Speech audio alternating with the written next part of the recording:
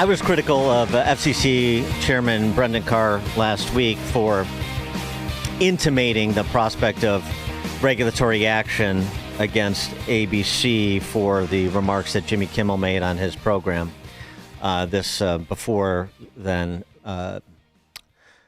ownership groups, including Sinclair and Nexstar, moved to suspend the program indefinitely.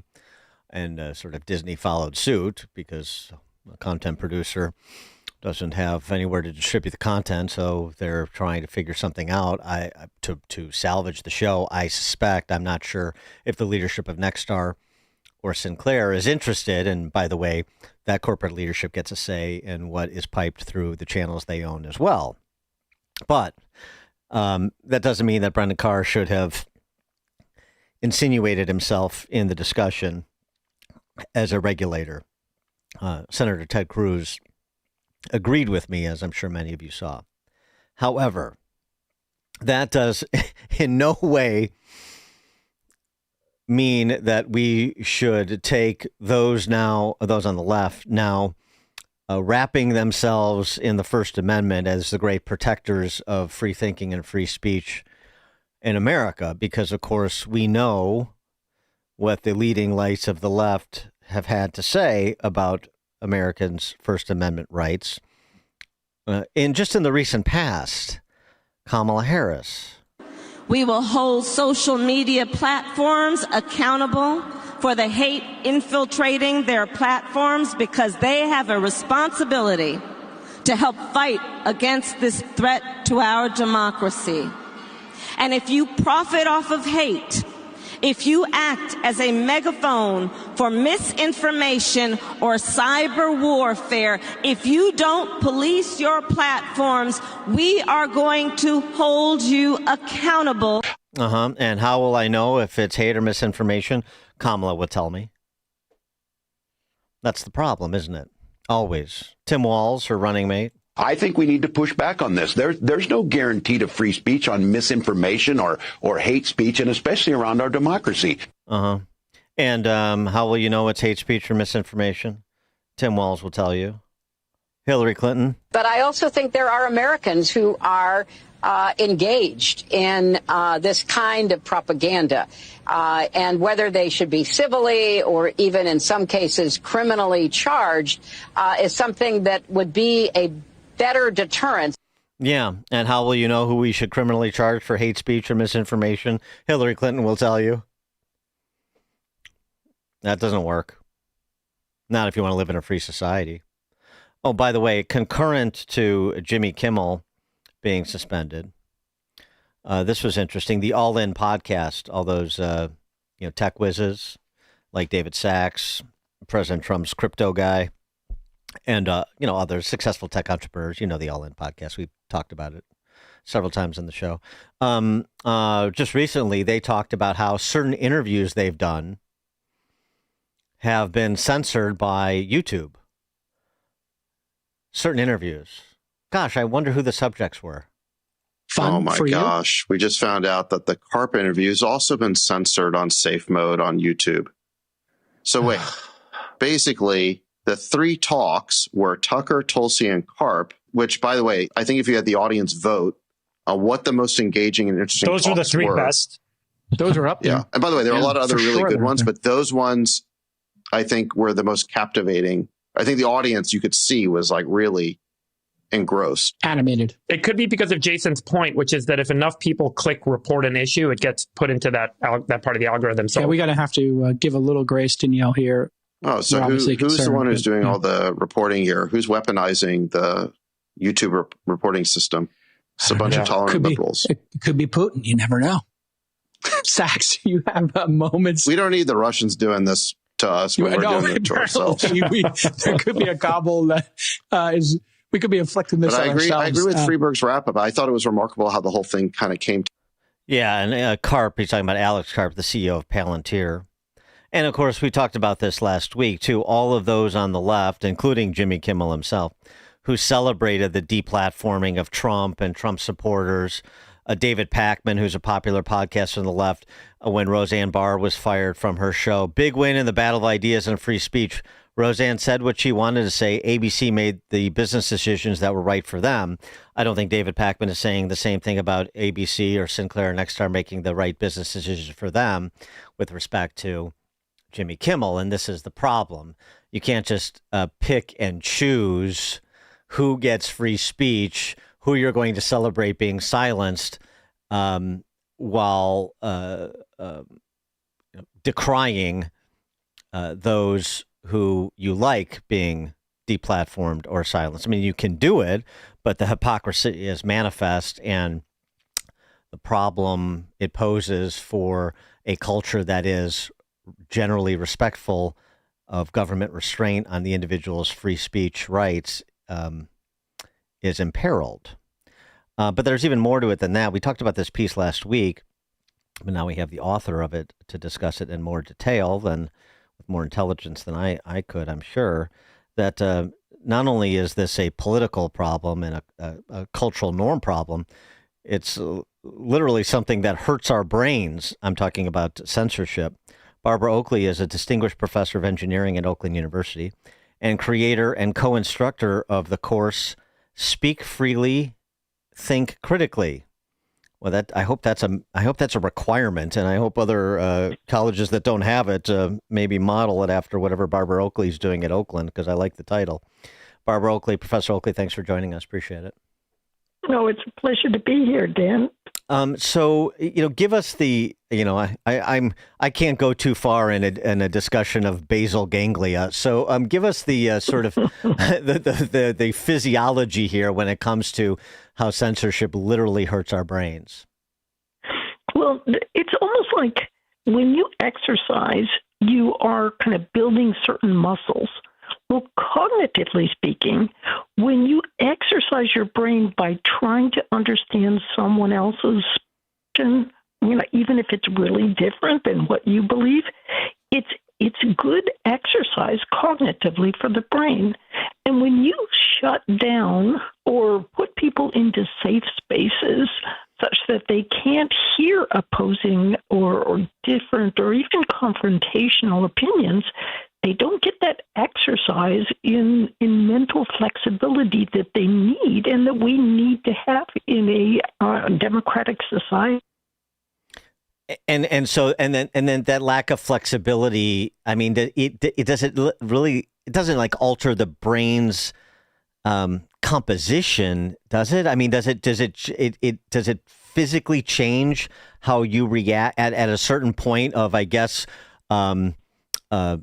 indoctrination or penetration? Did it actually change how your brain works? What can is there's like this basal ganglia kind of base. It's a way that your brain learns habits, and you can learn cognitive habits. And these habits are extremely inflexible, and you're not even aware that they influence how you think consciously. And so if you keep always getting information from one side, from your data stream you're really comfortable with, you're going to start feeling like that is the truth. You're settled in on it. And if you hear something different from that, it can be really very unsettling if you're not used to hearing those kinds of things, because that inflexible basal ganglia is kind of happily set in place. So that's why we need to have a more open society where we're used to kind of and handling different kinds of opinions, because if we get that kind of training growing up, even in schools, we can more handle these kinds of conversations in a more mature fashion than, just simply calling somebody a Nazi or, shutting them down and not listening to them because, it makes you feel very uncomfortable. And there's no like threshold, how many times you've heard something or how little exposure you've had to an opposing point of view. It's just sort of generally speaking, it becomes, as you said, it's like habit forming. And so the longer you spend in an echo chamber, sort of the more, I guess, intellectually lazy you get. Is that a fair way to say it? the more you tend to head towards a more extreme position. You think you feel very comfortable. You've got it right, and the other people are really wrong. And then it becomes easier to start thinking of them with epithets like Nazi or, anti-democratic or anti-fascist or fascist or whatever your, nom du jour is. And when you start putting these kinds of labels on and feeling more and more comfortable that you've got things right, then it also becomes easy for you to think, it's okay they died. It's okay they got shot. Mm-hmm. In fact, it can, for some few people that are really on the fringe, it becomes more viable for them to start thinking about taking extreme measures to shut things down. And of course, they really think they're doing it for the benefit of people, but it actually truly is their own narcissism in feeding what they feel themselves is really the right thing. Right. I mean, and you see that in some of the survey data, like out of Rutgers, where 56% of younger people who spend a lot of time on the internet believe there is some justification. It's a range, but some justification to assassinating President Trump. 56% in that Rutgers survey. Unbelievable. Right. Unbelievable. But that sort of socialization is what you're talking about, because then these political opinions become intertwined with somebody's sense of self. And now to disagree is to attack somebody's very sense of self, not just their view on an issue. Right. And when you've got that deeply integrated into that basal ganglia sort of personal identity system, then if someone tries to reason with you, because you feel it's attacking your own identity, you can become even more strongly entrenched. So it's not like reasoning with someone who's really kind of gone deeply along that path is the right approach to take, because if they're really along the path, then when you try to reason or, bring up other kind of opinions, you'll just drive them even further into extreme behavior.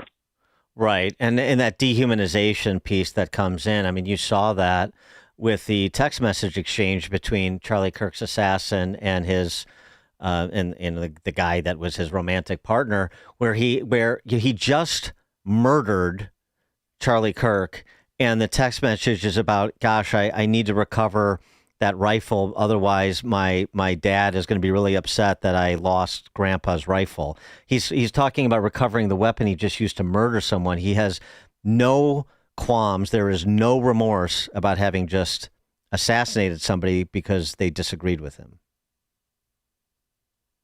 That's exactly right. Let's see, did I lose you here? No, I'm with you. Did you hear what I said? There was a click there. Yes, I agree. And the problem is that people can get if you're unfortunately in schools, in universities, there's often a subliminal or even a conscious push in one direction, politically speaking. And so you're getting this constant push in one direction, and it can start to feel like it's right if you're not getting balanced pushback from the other direction.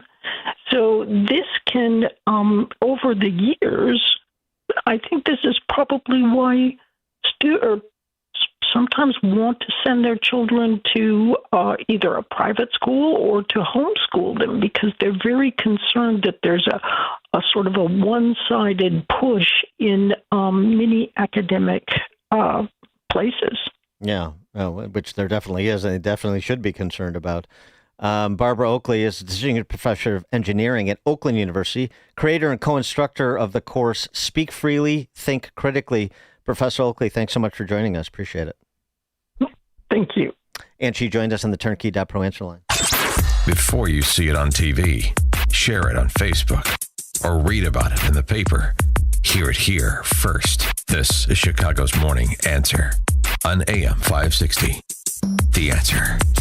For months, you've been hearing ads about Virago Immune Support. I have to tell you, this stuff is for real. I had an occasion to not be feeling well on a remote broadcast. I took it, and it is the real deal. And the stronger your immune system, the stronger your body defends against diseases, viruses, and everything else. That's why Dr. Huber created Virago, a liquid immune booster supplement. You take it daily. It's a blend of 23 nutraceuticals working in synergy to maximize effects and boost your immune system. It's the nutraceutical cocktail for an immune system, antiviral,